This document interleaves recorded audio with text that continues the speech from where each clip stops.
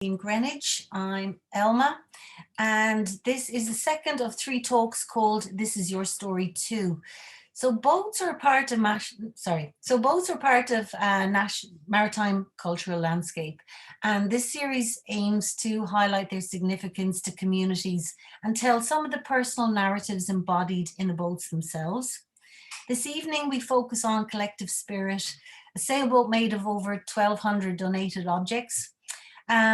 But before we start, if you have any questions or comments, you can put them in the chat box and I will field them to our speakers later in the evening. So let's kick things off this evening. Welcome lone twin artists Gary Winters and Gregg Phelan. Gregg Whelan. Lone Twin is one of Europe's leading performance companies, celebrated for creating a broad range of projects from theatrical productions to participatory public events. Their work is also shown across the world to popular and critical acclaim. We also have Mark Covell, who is the technical manager for this boat project. He's an Olympian sailor and boat builder. So thank you all of you for joining us this evening. To start off, could you tell us about the initial idea, your trip to Norway that led to the creation of this boat project? Well, thanks for that intro, Elma. Gary and I were, and this is sort of how long ago is this now, Gary? This is some years ago, isn't it? It's 21 years ago. Yeah, so 21 years ago, we were hanging out on a lot of sort of shorelines and lakesides, and we were making sort of outdoor performance work in and around rivers and seas and other natural sources of water, etc.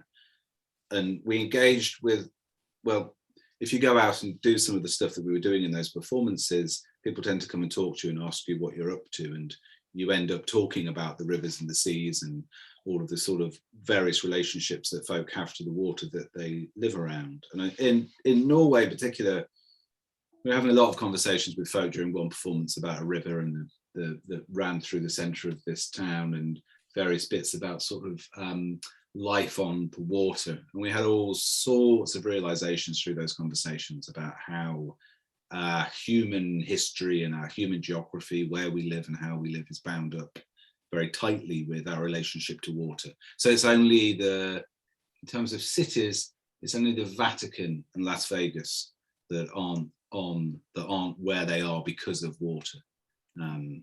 They're where they are because of sin, but that's a different set of humanity grew up around water, etc. And of course we were making a lot of river crossings, as some of these photographs might have shown, and we became taken with the idea with how sort of crossing a body of water, a river, a sea, a lake, etc., and getting to the other side, be it the Atlantic or a river in Essex. We were sort of working all over the world at that time. That the boat was a sort of early form of, it's like the internet, it connects things and it allows you to go from one civilization to another. We find out that we're not alone on the planet because of boats, etc. They enable us to meet each other and hear each other's stories, which I think was the grain of the idea, really, to start to think about a boat that could be somehow built or manifest of our histories and our stories. Because often these performances were us walking, as some of those pictures just said, walking around a town or a city, by the river or by the sea or the lake, and meeting people and gathering stories. And our presentation to an audience or people we met on the street were these little occurrences of stories or little meetings, encounters with people. So our work's always been based on this kind of storytelling aspect. And in this particular trip to Norway, we heard a story about a man from the town who pretty much spent his whole life building a boat, and would tell people from the town that he was going to launch the boat and sail around the world. He had this sort of dream, but he spent years and years and years just on his driveway building this boat, and he tried to launch it a couple of times, and the townspeople kind of dragged him back, thinking it wasn't safe. And then one night, he went, and the town woke up the next morning, this guy had gone, and they never saw him again. So whether he's, he got his dream of leaving that place in the boat he built. So as Gregg said, these romantic ideas and stories and tales that are linked to the sea and journeys and voyages got us to thinking about maybe we could build a boat from local wood. As we was collecting local stories and meeting local people, maybe in one of our performances we could build a boat, and it would be from wood that we would collect locally or be donated, and through our conversations with people we would get enough to build what we thought might be a small one-person boat, for example, a coracle. So we held this idea that this boat would be built from these encounters with people, and that's the real sort of, I guess, the heart and the beginning of the boat project. How do you build a boat out of stories and lives and make it easy to handle, cheap to run, and all of that? Like, it's a massive project, and quite a thing. So you have collaborators like Mark there. I mean, where do you begin? Where do you start? Well, we started thinking about, could it be done was the first question. Could you take lots and lots of different types of bits of wood, and somehow we didn't know how. Could you sort of work with them and make something that was actually not a mess and not something sort of crazy, but a boat that could have a life that could potentially outlive those that made it, and all of that business. And we, as the project sort of gained a bit of support, initially as we were talking to the Arts Council and to the Cultural Olympiad folk, that's sort of the support in the end sort of came from those sources. We did a bit of initial research and used a research company who basically found, we didn't know Mark at that point, this was pre-Mark, but this research company found Mark, and Mark, that's when you came into our lives. but that happened in a particular way, didn't it? You were cold called one evening. It was a while ago, and I happened to be a fan of the TV series Big Brother at the time. I think it had a couple of seasons in, and I had this voice down the telephone. I was actually cooking a barbecue at the time in my back garden, and it was the voice of Emily Cummings, who happened to be the same voice as the diary room in Big Brother. And she said, I'm calling you because I've heard that you're a man that can, and I've got a project here that needs a man that can. Could you envisage making a boat out of many different pieces of wood? And I said, well, that's what every boat is made of, out of many different bits of wood. And she said, but what if the pieces of wood weren't planks, and they were pieces of wood donated by the public? And I said, well, planks of wood donated by the public. Yeah, I can do that. No, she said, bits of wood like cricket bats and wooden spoons and drawers from the front of a favorite bookcase.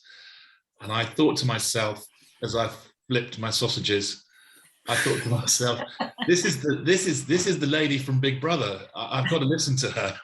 And she's asking me to come to the to put this thing together. Anyway, I knew that with some clever joinery and a lot of hard work, and a product called epoxy resin, emphasis on epoxy resin, I knew that I could be able to produce something that was going to be strong enough and it turned into the collective spirit, the boat that we saw after many different elements. But that was the beginning of it. That was the original concept, and Mark wasn't the. I think that Emily was doing quite a broad bit of research along the sort of looking at, talking to, sort of tapping up boat builders in the southeast at the time, and I think Mark was the first person to respond positively, and I think that there was we were sort of hearing stories back that people, maybe there's a way of doing it, maybe there isn't, but people not wanting to sort of put their names against a boat that might not be quite the ticket. Okay, yeah, because there's definitely something in the story that I was reading that people are, when I was talking to Gary before as well, people kind of think if you collect all these different pieces that are like a little mouse or a cricket bat, that it's going to be like a little pirate thing that doesn't quite, it looks quite weird, that isn't like a proper boat. You know what I mean? Well, I was quite keen that because I'd heard of other projects being made of things like plastic, and the feeling there was those crafts were they floated, but they were quite ugly, and I've never made a nothing but a good looking boat in my life, so I wasn't about to start there, and I knew that we could make a beautiful boat even though it was made out of different bits of wood. And I guess the start of every single boat, every boat that you have in your museum, every boat that's ever built, has started with a concept, with an owner, with a class, a club, saying, I've got an idea for a boat. It wants to be about this sort of length. It wants to have this sort of ability. And every boat has gone through the same journey. So it was only right and proper that our boat should do the same. And we just really approached Mark, or Emily had, or to with the concept of the process in a way, and then the conversations began, and Mark was our way into the world of boat building, so hence finding a designer who could respond to the brief as well. And we had no idea what size boat we could build, or as Mark said, when you say a boat, there's thousands and thousands of types of boat that could be. So they were some of the early conversations with us, sort of away from the sort of more poetic idea of each object arriving with a story and it being handed over and it being crafted to be part of the boat. So I know when we met with Simon Rogers, the designer of the boat, he was showing us some of the crafts he had designed, and I think we were taken by the fact that it would be something very contemporary and sleek and fast, and that really kind of reflects, I guess, Mark's background in the racing and sport side of sailing. I mean, did that idea come quite quickly then, the design of it, that you're going to make a fast boat, quite a sleek boat from these? Well, Simon was quite instrumental in sharpening all our minds, because at that stage we had this wonderful concept from Gregg and Gary, lone twin, but yet at that stage we didn't know how much wood we would get. We hadn't really started asking the public for donations. We didn't know what kind of wood we would get. We actually had to start making some rules up, and wood was the first thing, not other materials. Wood of certain, we literally took anything from balsa to ebony. How I was going to make those woods work together. And I think that the only stipulation it was it was going to be dry. And we actually had a dehumidifier running all the time, drying some of the greener timbers out. But I mean, from day one, we didn't even know the rules that we were working with. We had a concept, and it was really Simon Rogers that sort of, from the design point of view, he literally said, right, I think it should be as wide as the road traffic regulations will let you, so we can put this thing on a trailer. So that immediately we Googled the DVLA maximum road width, and then from the width of the boat gave us a sort of a geometrical length, and we were all agreed that we wanted a contemporary boat. We didn't want something that was going to look ugly, or it needed to be a boat that was inspiring to sail and fun to sail. And that by then, by the end of that, the back of the cigarette packet was looking quite full with those rules, and we could certainly get going with the donation process, because by then we had a design and a concept, and we were off. Great. And so with the donations, who did you ask, and how did you ask? So I read there's 400 kilos of wood in donations. So where did you start to who are you going to ask and how? Well, the brief was to engage. It was a project for the southeast of England. There was various. It was 10 commissions in that Olympic summer, or to all culminate in the Olympic summer for the Cultural Olympiad. So we were. Our brief was to be the southeast of England. That's quite a hefty sort of chunk of the country, of the south there. So we really connected with cultural institutions, art centres, local governments, local councils, got on the local radio, had press releases put out. So yeah, just a blanket kind of invitation with the key sort of invitation really to bring wood. And this is, in fact, this picture now is Chaz. And this was the first morning of the boat shed being open for donations. We rolled the door up and Chaz was there on his motorbike. He'd driven for a couple of hours to bring this piece of wood. So I think it was, it's always that thing where you can put, you can make the press releases, you can make the invitations, you can get the media involved, but you never know how or if people are going to respond. Yeah.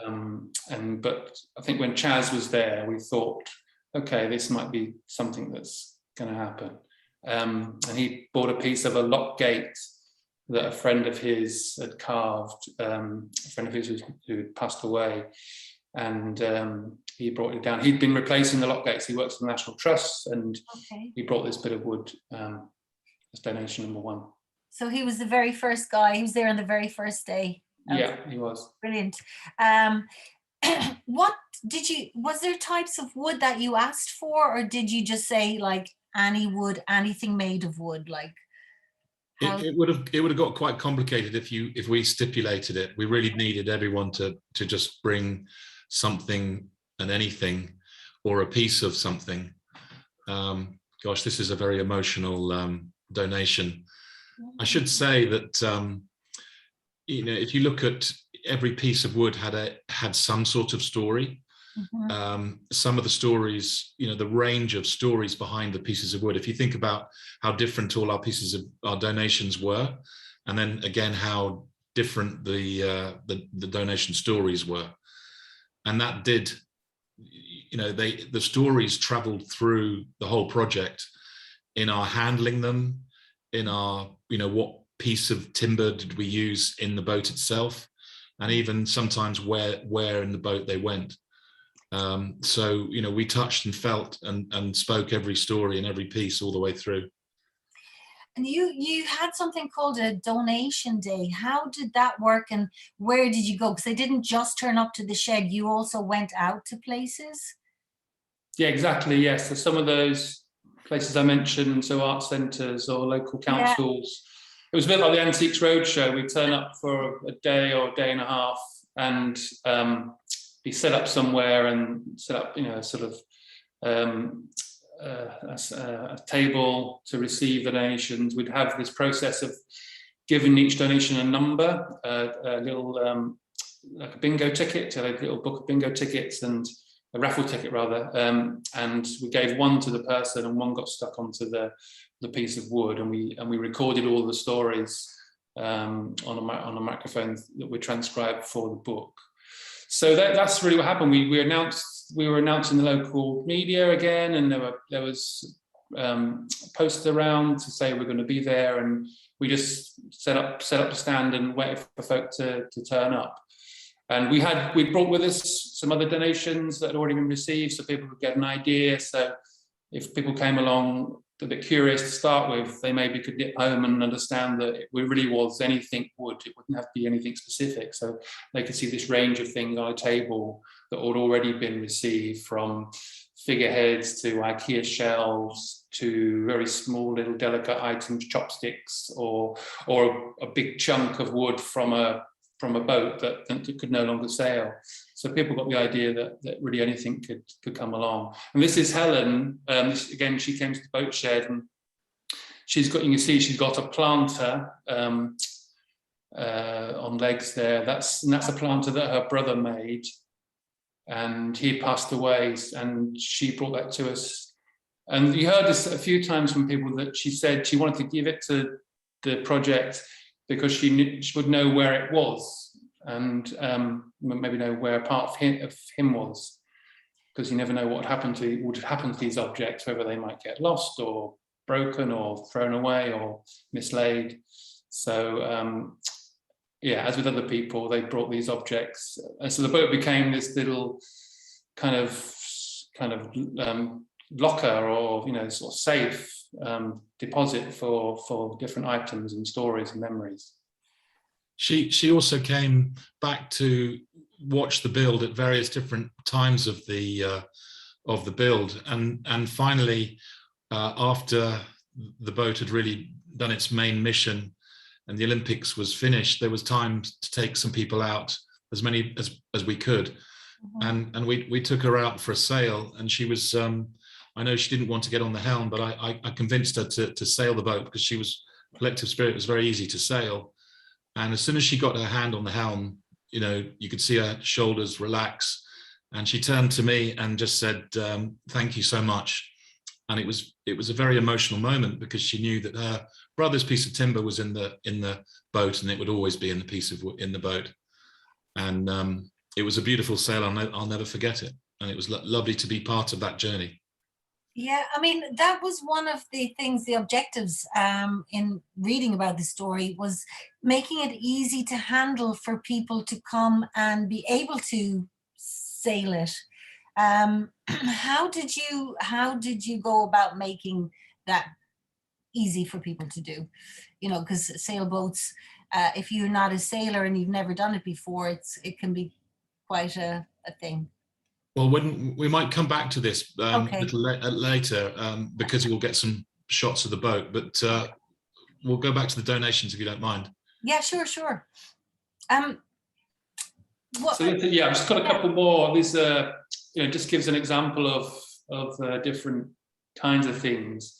So this is Betty, who's in the chair there with her son David and Jackie, and the piece of wood that Betty's holding is from a wardrobe that she remembers pretty much all of her life. She grew up in Scotland, and it was a large kind of custom-made wardrobe in a large house they lived in.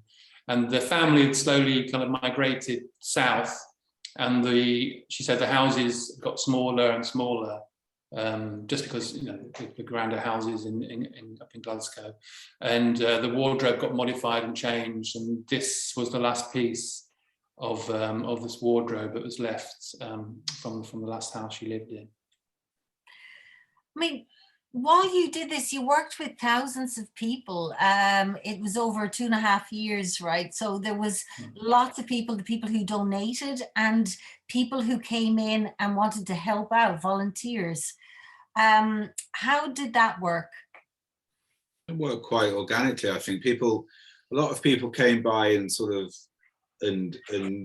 you'd sort of do the donation story, and then you'd receive the donation, and then you just sort of keep talking. And it was clear, I think, if you hung out in the shed, that it was very sort of open. Mark had set it up in such a way, and Mark's presence in this shed was such, and the wider team in there of boat builders that Mark was leading, it was very sort of open and inviting place to be. And we'd be very clear that, well, if you want to come back, and if you want to spend a couple of hours doing something with us, then come and do that. Mark was very gracious with his time in terms of helping people sort of learn basic skills just to get involved. But then there were other parts of the project, like the sort of archival team. So there's a lot of volunteers working on making sure, as Gary talking about the raffle tickets, that sort of all of those numbers and databases, and you'd have a donation that might be in 300 parts. So you'd have 1 of 300, 2 of 300, 3 of 300, all of that business, that we knew where all of this stuff was. We do that's a stock take day. You can see the little squares on each donation. It's terrible. This is a picture of nightmares. Yeah, it's the stuff of nightmares. We were committed, to not lose anything, to be know what everything was, and to sort of understand its provenance. To understand that little twig in that box is this story, and it has that, it has a sort of set of resonances, and all of that sort of business. Amazing. So we had a big team of volunteer folk, people that just either sort of lived locally or had come down, and they'd got the sense that they could maybe help out, and we could open that out to a broader team of people. I think that was a sort of, you know, yes, Gary's got his mug, which is still the bottomless cup of tea, still going. And I think that was like a sort of Wednesday afternoon, you know, when somebody was around with a camera, and it was just the guys who were around at that point, or maybe we were doing something. But anyway, yeah, there was a sense of community around the project, and a sort of an openness, I think, that we were trying to instill at all points, that you could get involved, and you could make a real contribution to it if you wanted to put that time in. I mean, looking at that logistic nightmare of all those pieces of wood, one of the things that struck me was like you're working out of recording exact locations of each donation, and you can see that when you look at the boat now. You can see all the little numbers that take you to the story of the piece. How did you do that? So, Elma, all the way through this project, we had some really good ideas, because there were some amazing people working on this project, all the way from the original idea. And then we had some really stupid ideas. And I'm afraid I put my hand up to this, because it was never, like I said, you know, when we started, we had absolutely no concept. There was no rules. We didn't have any fences. The Arts Council, no one was asking us to jump over any fence apart from make it, you know, the original brief. So when I said, wouldn't it be nice if someone knew where their piece of wood went?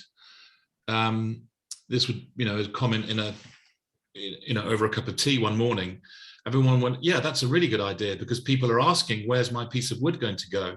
Exactly. And from that moment on, and we had been wise enough to obviously connect the story with the piece of wood using our magic number system, but to then catalogue the pieces of where they're going in the boat.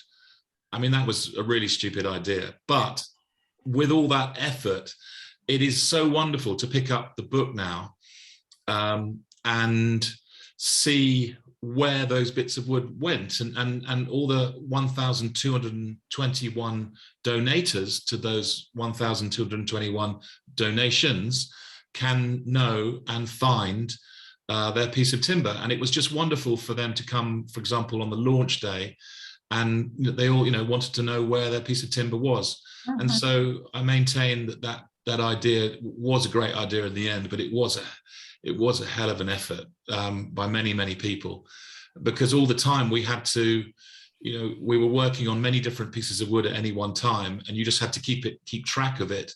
If you sawed it in half, you needed to, we had all sorts of piles, and we had systems in working out what bit was going on the boat, what was bit we weren't using, you know, and then where it was going. It was one of the wonderful logistical nightmares that we have, but just makes it even more special, the whole boat. But you can see just how crazy the marquetry and the layout was. And there were certain pathways for different objects, so things that didn't have a surface that we had to retain, so something like that had a sign or print work, or Chaz's piece, which was already carved, because pieces were getting sliced to a thin to a sort of slither, or no, what 20, how much, what was the thickness, Mark? 20 about 10 mil. Basically, it was like a CT scan. When you go into hospital, you could either be scanned diagonally, half, you know, we could only put it in one form. So you can see that milker and that circle there. Obviously that was taken through, but then other things were taken sideways. Like the steps there, I think, are from Lido in Arundel, I think. Yeah. But also things had their natural place. There were things that sort of seemed to call out to be in the right place. This is the famous toggle from the Olympics, and Sarah Jane Blake's little mouse that just seemed to want to live in that toggle at the end of the tiller. Brilliant. So there were a lot of things that decided where they want to be by themselves, and it wasn't up to us. They just called out to it. And then there were a lot of things that seemed to fit right. There were 2 lacrosse sticks, and they weren't related. One lady came in and said, you can have this lacrosse stick, you can see there in the center picture, because I gave up lacrosse because I was hit in the face and I broke my nose. So good riddance, you can have it. And then we had another person that came in and said, you can have this lacrosse stick because I hit someone in the face and I was so upset. You can have it. Now, they weren't related. It wasn't the same incident. But Right. what we did is we put one lacrosse stick on the right-hand side of the boat, which in maritime sailing rule is the right of way, and the other one on the port side, which is give way. So we actually placed the 2 lacrosse sticks in their appropriate sides. So it was a lot of fun amongst all our volunteers over a cup of tea that morning to work out where things were going to go and how we were going to cut them up. Well, Yes, yes. I'd love the other examples of that, and I guess it's one when the boat is out of the water, or even when it's on the water, to walk around and hear the stories and see the sort of placements, this little kind of almost a choreography of these stories and accounts relating to where these different objects are, and as you know, we didn't really give any direction. As Mark was just explaining there, it was an ongoing conversation. When someone picked up an object, a piece of wood in the shed, you'd read the story, and then there'll be a further conversation of where it might go, and might spark an idea for something else. So the steps here, these little stories, little pictures get built. So you have these dark steps from the Lido, and if you can see in the second step, you've got a clog. A cross section of clog stepping onto it, and inside that clog is part of a wooden foot that someone donated. Wow. So you've got all this little kind of curious and charming kind of placements of things.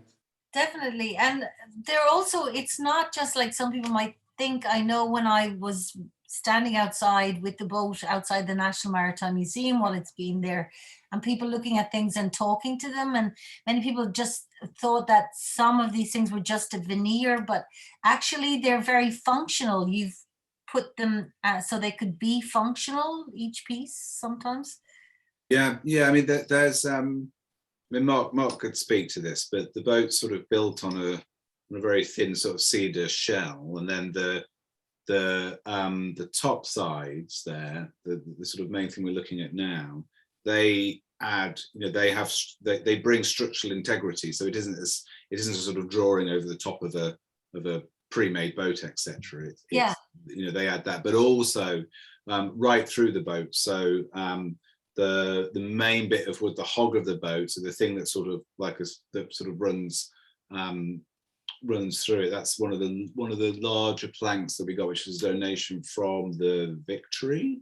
HMS Victory, yeah. Yeah, from Victory. And so we're working sort of with anything that we can work structurally with in terms of building the skeleton for the boat, or the sort of what you don't see inside. There's many donations that we use in that way. But you see the cedar shell being built there, which in and of itself, remember what sort of metaphor you were using for that, Mark, but we were sort of, that alone isn't the sort of, isn't the boat. The boat's what happens when you can see how much structure we've got in the boat, which we obviously pulled out later to hold the cedar strip planking.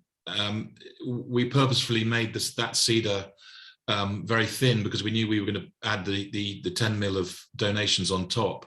So there's no way you could sail that boat. It wouldn't be strong enough just like it is. It needed the donations to bring it together. And it really was the epoxy resin that allowed us to do that and to glue each piece on. And we vacuumed meter by a meter all the way down the boat. and so, you know, I love the fact that without the donations, this boat would not be able to sail. It wouldn't be strong enough. And, you know, certainly through the hog of the boat, as Gregg was saying, we had that wonderful plank, that teak plank from HMS Victory. So yeah, and these skulls here, you can see, we actually ended up making them into part of the space frame that strengthened the inside of the boat, just like you see a space frame inside a rally car. They actually went from the main mid bulkhead all the way through to the bow, glued and glassed in, strengthening the rigidity of the topside boat. So every piece was instrumental in making this boat, and the shaping of the boat. I mean, one of the things that I loved as well was that all the pieces that had words on them or had some kind of more, I guess just words, were used inside the boat, so they're all, so that people can see them.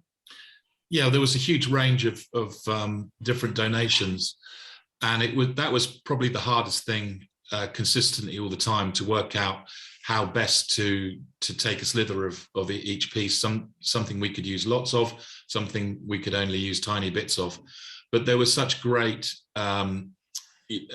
pieces, sign language, signs, children's paintings, you know, children's toys, all sorts of things that you just couldn't sand over.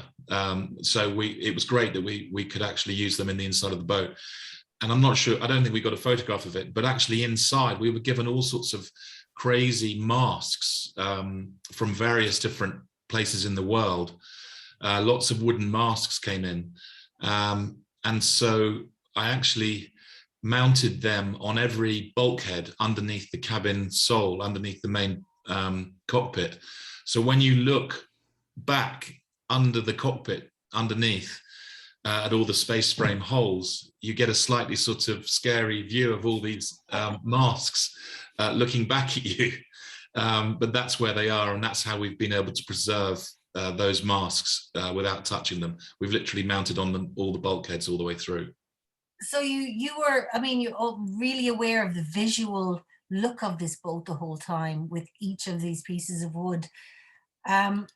I mean, one of the things that I found compelling is that, as well as the personal artifacts like the wooden spoon or the piece of Jimi Hendrix guitar, there are pieces of other boats, such as the Mary Rose, lots of HMS, things like HMS Invincible, part of NASA's Skylab, and the Lively Lady, which was the first boat to sail around the world. So these carry with them their own voyages already and their own stories.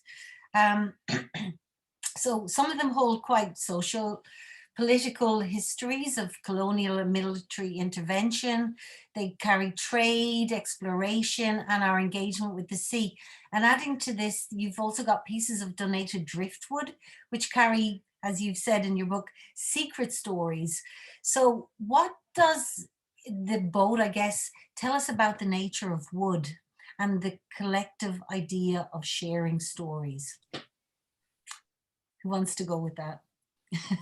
I think that there's something in wood, isn't there, that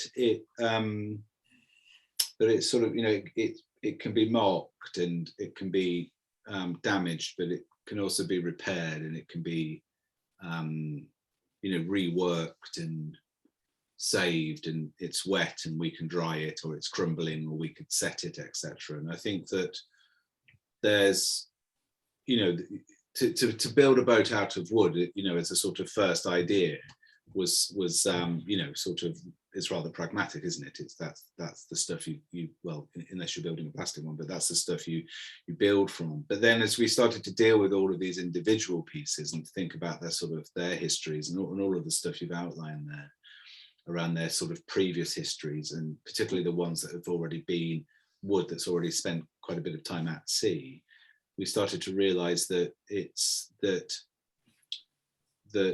there's something, you know, there's something porous about it. What we do actually is make it, of course, we make it non-porous and we set it in epoxy, etc.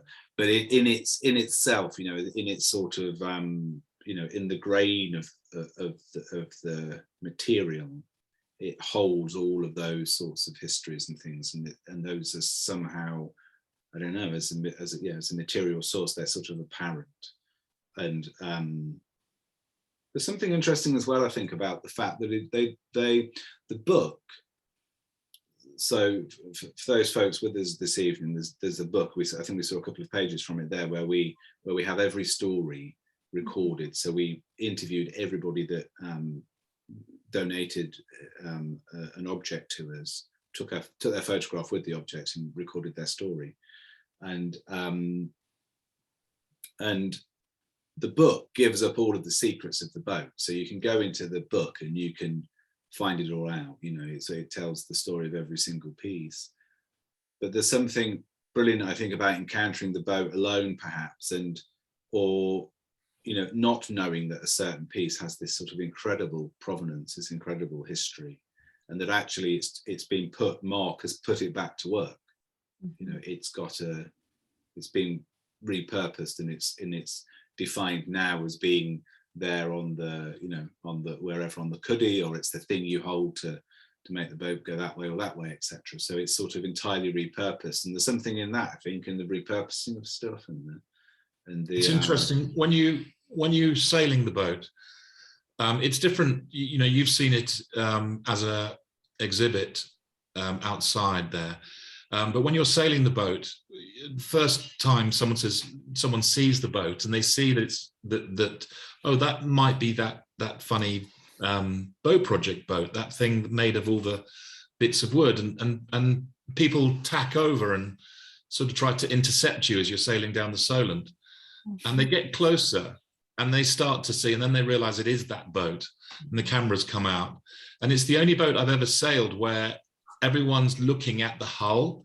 They're not just looking at your face and waving back at you. Everyone's looking at the hull. They're looking down at the boat and trying to get a closer look at the actual hull. Because from afar, she just looks like a normal boat, which is beautiful, you know, a normal contemporary boat. And that's the lovely thing. You see their faces light up as they see, and they've often heard about the boat, and then to see it up close. And that's the wonderful thing that your visitors have got to see the boat much closer, and then see into it. So yeah. And you may have seen just that thing about wood, and you know, you're asking there sort of human histories and interactions with wood as a material, but it's almost like people can't help but lay their hands on the boat when it's exhibited out of water, and just trace those grains and trace the lines, and just there's something in the sort of the tactile nature of wood. You know, and Mark would know that better than most. You know, working with it and how you can change it and shape it and things. I think also there's I'm just putting in mind of it looking at this picture actually, because that. So she's, you know, the boats, yes, and it's everything we're talking about, the wood and that, but of course all the other ingredients is the water and the wind, and that completely changes the nature of the object of the boat. So, you know, for a year and a half or whatever it was, Gary and I would sort of be down visiting the boat shed, be down there pretty much all the, you know, through every week, etc. And the boat's this sort of precious, heavy thing that doesn't move. And it's important that it doesn't move. It sits on a line that Mark's put through the shed, etc. And we're working on it. And it's a, you know, it's a precious object. How much does the boat weigh, Mark? It's actually only a couple of tons. Yeah. And believe it or not, it was only a few kilos. I think it was 16 kilos heavier than if I'd made it absolutely out and out as a racing boat out of just cedar and glass. Yeah, wow. Yeah. So, you know, it's not compromised at all. So she's this build. Yeah, so we sort of lived with her for a long time as a sort of 2-ton, really beautiful static thing. Yeah. In a big shed. And then we launch her. Well, actually Mark puts her on the water before the launch, of course, to test that she's, you know, that it works. She sits on her lines and all of that business. And he has a rib take me and Gary out to it. So we sort of know he's out there on the water somewhere. And we go out on this rib, and then suddenly, like a kite, like something that's been skimmed across the top of the surface of the water, the boat just shoots by. We Mark on it laughing. And it was a profound moment for me that this this thing with all this, with this, like literally carrying the weight of history, is turned into this this light, fast thing. And Mark, right from the beginning, was like, the last act of this, if this is a performance, you know, and if there's a sort of life in the journey of all of these objects, and the sort of all of this, and there's a lot of joy and happiness in the boat. There's a lot of tragedy, and there are memorial pieces, and you know, all of life's rich fabric is in there. But Mark was very keen that the last act's sort of thrilling. You know, if the last act's getting on it, like Helen getting on, you know, and her brother's planter there, that it would be a thrilling thing. And so it's, you know, I didn't know, I still don't know an awful lot about boats, but she's a very, very fast boat. So it's you're not getting in terms of cars, you're not getting into a big comfy family saloon that sort of wraps around you and you're in that big Volvo, if you're lucky. It's a much more pared back, sit on the very edge and sort of cling on, thrilling ride, depending on wind, etc. Which is so most boats do about 8 knots. That's the sort of average, you know, 6 and 8 knots, most cruisers. But Collective Spirit, we've had her up to 21 knots. So she really is quite a quick boat. And we'll see. I mean, I have to ask you, when you first, like the test to go out, the first launch, I guess, test launch, how did that feel? Because I mean, you've put so much time, you've all put so much time and energy, and met and took the stories, and had the shed as a social sort of place where you collected the stories, talked to the people. How did that feel? How, for each of you, what was it like? Well, for me, I knew Simon Rogers is such a good designer. I knew that everything would fall into place. But you can't take away that first sail in her, and for everything, you know, for her to sit nicely, and there was a beautiful sort of middle sea hum that would come from the boat that just felt that everything was nice and fast, and you can see from these shots, to answer your previous question about what she was like to sail, great big long cockpit here, where everyone could sit like almost like on a bench, all the way down the side.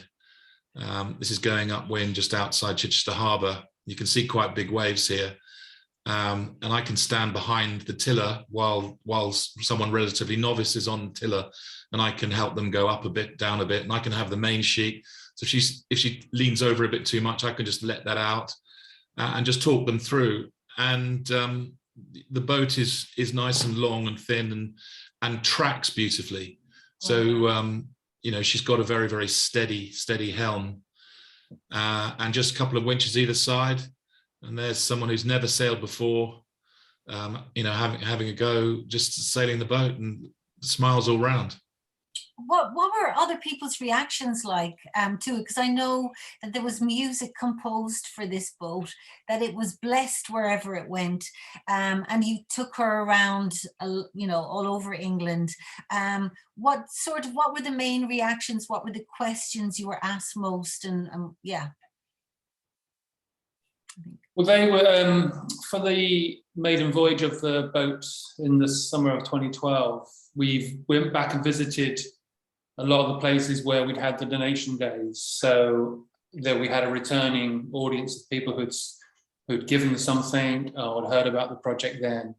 And the arrival of the boat and the presence of the boat was the kind of catalyst and centre for celebrations in that place. You know, cultural artworks and presentations and performances. As you mentioned, a song and a choir. An album was recorded in Milton Keynes by groups of artists responding directly to some of the stories that we shared with them. I'll just play that video again. So yeah, so it became as the sort of, some of our performances have been a sort of catalyst for meeting people and bringing people together. Well, then the boat sort of fulfilled that role again in its arrival, and I guess the arrival of a boat in the harbour, or the send, you say the blessing and the sending off. There's rituals and formalities around boats arriving and leaving. I think, Gary, but you both, the whole of Lone Twin, were really open to any suggestions that came from the floor, which I think was just they were a pleasure. The guys were a pleasure to work with, because you never fenced us in. Someone, I can't remember who had the idea that all this sawdust that we're creating, couldn't we make some paper from it? And in fact, the bookmarks that came with the book, there you go. Gary, you explain. There's some beautiful words on the back of that. Yes, yeah, thanks, Mark. So yes, all the wood that wasn't used in the boat, the offcuts and the extra pieces, was pulped and made into paper, and we had these bookmarks printed, and there is some text on here, which I'll squint to read, but it says, "This paper is made from sawdust produced during the Lone Twin boat project. It contains fragments of 1,221 wooden objects donated by people in the southeast of England and used in the construction of a 30-foot seafaring boat. You are holding between your fingers boxwood planted in 1166, a Bedouin tent peg, the Mary Rose and the Victory, Enid Caddy's sideboard door, a whaling station, 13 walking sticks, the floor of a royal palace, Carol Terry's plant stand, and an IKEA shelf." And you can see all those little shards and fragments sort of in the wood chip there. I guess that's the kind of conceptual, poetic thing, that this thing you can hold, as the boat does, that big heavy object, but also this very light little piece of paper has the potential to have all those in a very democratic way. And that's one thing I was thinking when you asked the question about the sort of response to the boat being on the water, that the sort of democracy of all those stories and objects and their various histories, that they all exist there. And in fact, some of the objects that people are drawn to when they see the boat are the more mundane things, like the coat hanger or the hockey stick or the little shard, rather than maybe the sort of heavyweights. But it takes the sort of reading of the book to really understand the depth of the things that are there. I mean, I have one of the bookmarks, and I think it's there when you hold it and read it. It's really poignant, and you feel like also that nothing was wasted. So where people were thinking, okay, you've taken a bit off of or slices of some of these objects, that nothing was left to go. It was all recycled and reused, and yeah, the bookmarks are very beautiful objects in themselves, I think. What I'd like I read that you said it would never be your boat, nor the team that labored to build it. So whose boat is it, and who can use it? Well, that's a really good question. So we've sort of endeavoured since the sort of Olympic summer, we've endeavoured to do all sorts of things with the boat, and to open her out and have her as accessible as she can be, given sort of what she is, etc. As Mark was saying, we've taken donors out, so folks that were directly involved in building her have sailed her, etc. She's been used and being a part of many other projects. Lots of different sort of initiatives in the UK and elsewhere. She was a part, Torbay Council actually had her for a summer, and they were sort of using her to facilitate sailing for young folk that wouldn't usually have the opportunity to sail, etc. So she's doing sort of all of that, but the challenge for us has been sort of making good on that statement that we are sort of custodians of her, and we sort of hold her in trust, but we're holding her in trust for sort of everybody else, you know, and we're always looking for sort of models or ways of doing that enable people to engage in whatever way. And we're just sort of hopefully at a new phase of opening her out sort of further to the very local community that built her, to sort of embed her in the very place that she was built, and have a sort of community group, as it were, sort of look after her for a while. So yeah, I mean, the analogy we used to use were those sort of council tennis courts that were in parks, still are, you know, that you can, you know, that you could it's there to engage with. It's slightly more specialized than the rest of the park, but it's a sort of community resource. And that was the idea. Of course, it's much more challenging to get on a boat than it is to wander onto a tennis court. So there are all sorts of things to get through and get around. And of course, she has lots and lots of special needs in terms of how you look after her, store her, how she behaves in certain weather conditions, etc. Although she's pretty robust, but there are certain things we have to sort of watch out for. But yeah, the idea is that you know, and I think all of the ways that we've tried to facilitate further encounters with the boat are trying to honor the idea that, you know, she belongs to all of us. And that really that goes beyond those that were involved in building her or indeed donated, that she's a sort of open opportunity. Brilliant. Can I ask, just because I'm mindful that we're almost time, and I'm not sure if anyone has any questions at this point, but I have a few more questions of my own before we finish up.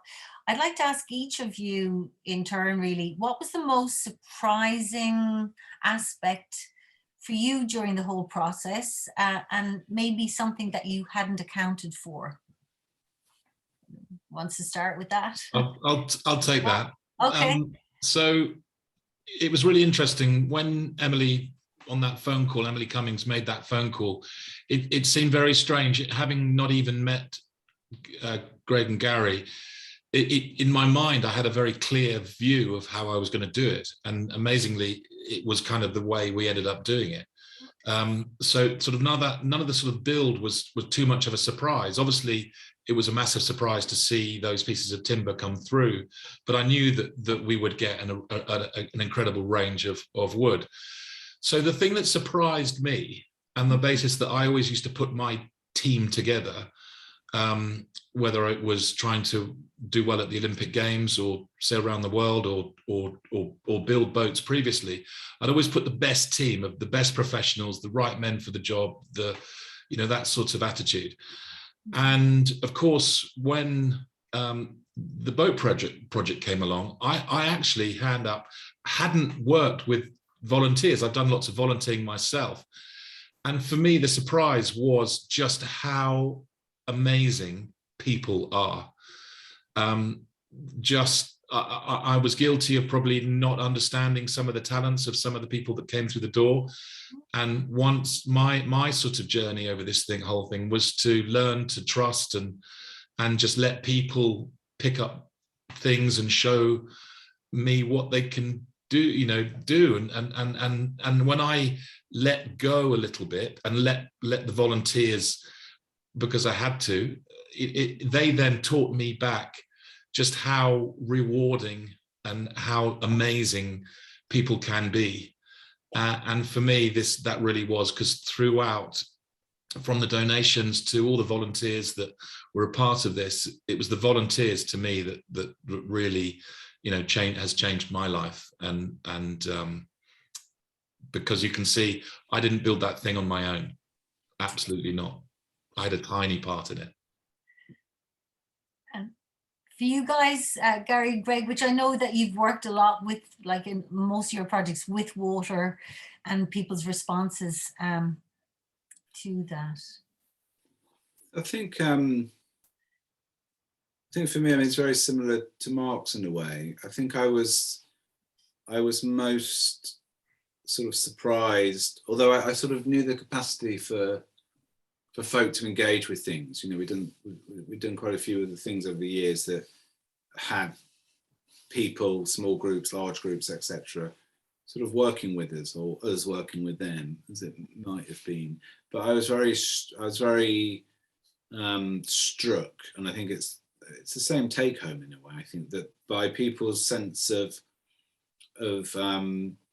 ownership isn't the right word, but a sort of pride in contributing, and a sense of that being meaningful and valuable in and of itself. And there's a story I often tell, which is me and my parents arriving into the boat, the marina where we built the boat, the evening before the launch. And we were going to have thousands of people were going to descend on us, and we'd close roads, and we had all sorts of people making it possible to bring enough people down that wanted to come and visit us. And as we drove in, the boat was sort of on the right hand side in the yard, being sort of buffed up, and little team dealing with the boat. And then over there on the left, there were about, I don't know, like 200 volunteers, with another volunteer briefing them around what would need to happen first thing tomorrow, etc. And they were all volunteers, and they were sort of self-governing. They were sort of taking control of themselves and giving them and self-briefing. And as I arrived with my parents, I thought it was that thing that was happening over there on the left that was incredibly remarkable. And I saw the boat as a very elegant, beautiful catalyst to make that moment over there happen. And I think that's and then I thought, well, it's done its job. You know, it's a brilliant thing, the boat, you know, as object, as vessel, and, you know, as archive and all of those things. But I think it's everything it did and can facilitate that. I think it's sort of stuck with me. Hence, what a great name, Collective Spirit, because of that human interaction that you're both talking about there, and people pulling together. Gary, Annie, there is a question there, but what was your takeaway or your surprising? Yeah, well, I second both what Mark and Gregg says, but also what always surprises me is the effect that it has on people who meet it maybe for the first time.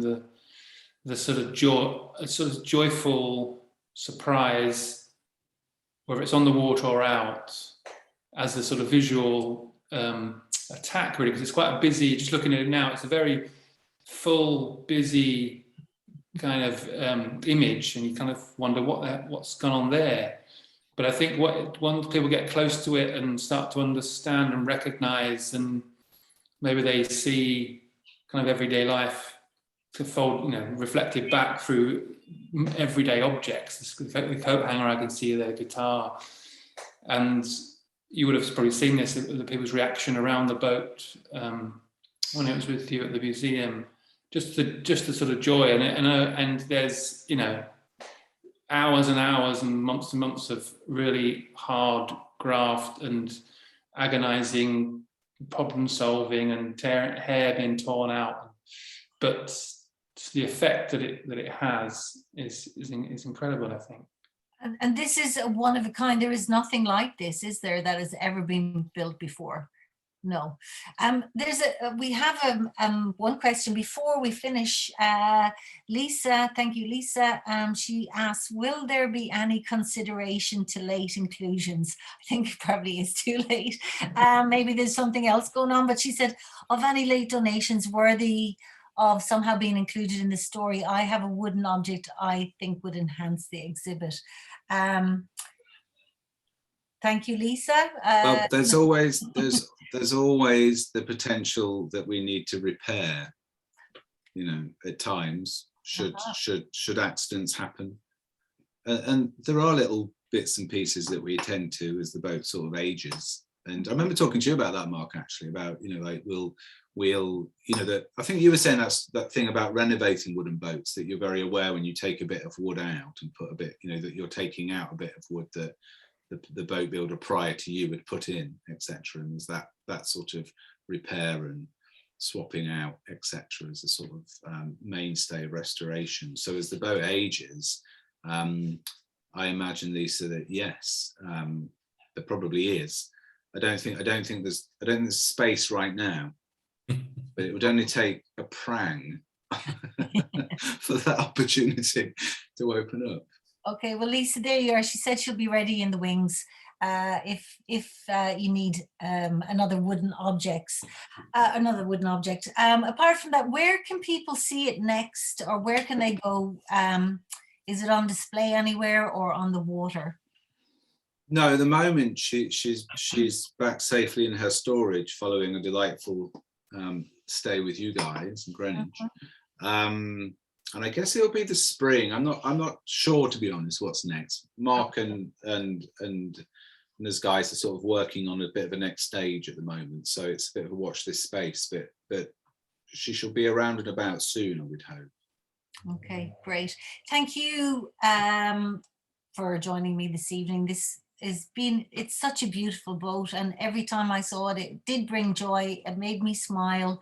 I think, yeah, very tactile. You just want to go up and see it, talk to it, and hear some of the stories. I thought it was beautiful. So thank you to Gregg Whelan, to Mark Covell, and to Gary Winters there, and of course to Euphemia, who's been on the Zoom letting people in. Thank you, Euphemia. Next week we will be talking to Gail McCarver. She's a traditional boat builder, and she's going to be talking about the disappearing lines and boats that are endangered boats, basically, and how she's trying to make sister boats to them to preserve them and their stories. But yeah, thank you so much, guys. What an amazing project. Thank you. Thank you very Pleasure. much. It's very nice to talk through it again. Great stuff. Wonderful. Thank you, and join us next week. Have a good evening. Bye-bye.